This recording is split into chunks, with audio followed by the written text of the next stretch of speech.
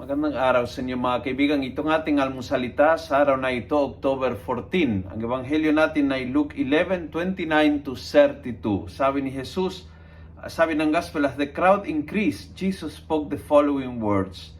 People of the present time are troubled people.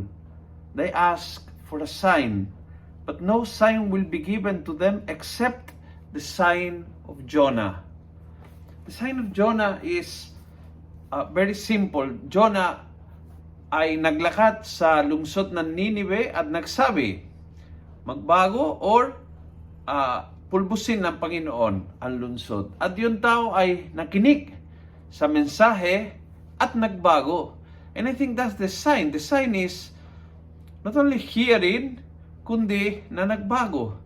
Kaya yung taga Ninive ay in-spare ng Panginoon dahil sila ay hindi lang nakinig sa salita, kundi sineryoso, isinabuhay.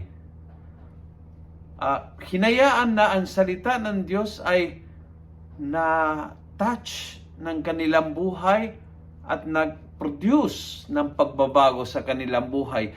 Feeling ko yon ang hinahanap ng Panginoon sa iyo at sa akin, na hindi lang makikinig, which is very important already. Hindi lang makikinig sa kanyang salita, kundi hayaan natin na iyong salita na yan ay matouch at mayroong konkretong ugali, attitude, pananaw, punto de vista, pagtrato na nagbabago.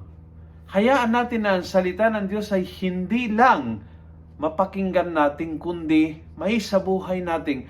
And that's the sign. The sign is the word is there.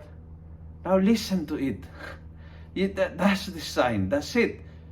Walang ibang sign na kailangan humingi sa Panginoon, ibang palatandaan, ibang sign para mapatunayan kung yung request ay maging totoo. Hindi.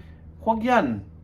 Hindi yung Kristiyano. Yung Kristiyano is listening to the word of God and put it into practice, and that's the whole sign na unlock ang presensya ng Diyos ng buhay mo, ang kanyang pagkahari sa buhay mo, at sa ganong aapaw ang mga blessings sa buhay mo. Kung gusto mo ang video ito, pass it on. Punuin natin ang good news ang social media at gawin natin viral araw-araw ang salita ng Diyos. And God bless.